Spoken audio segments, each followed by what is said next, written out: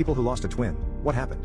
When I was growing up I had a twin brother who was my absolute best friend in the entire world, but we couldn't be any more different. I was more athletic than he was and I spent a lot of time trying to drag him out of his room.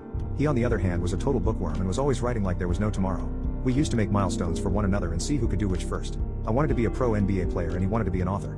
We worked every day towards our dreams, but one day our dreams were cut short when my mother sat me down and told me my brother was diagnosed with terminal brain cancer. I was only 8, so I didn't really understand the gravity of the situation. So I blamed him for always reading and writing because it made him too smart. In his final days when we moved him into the hospital, all he wanted to do was keep writing and I wanted to play with him outside, but he wouldn't give up.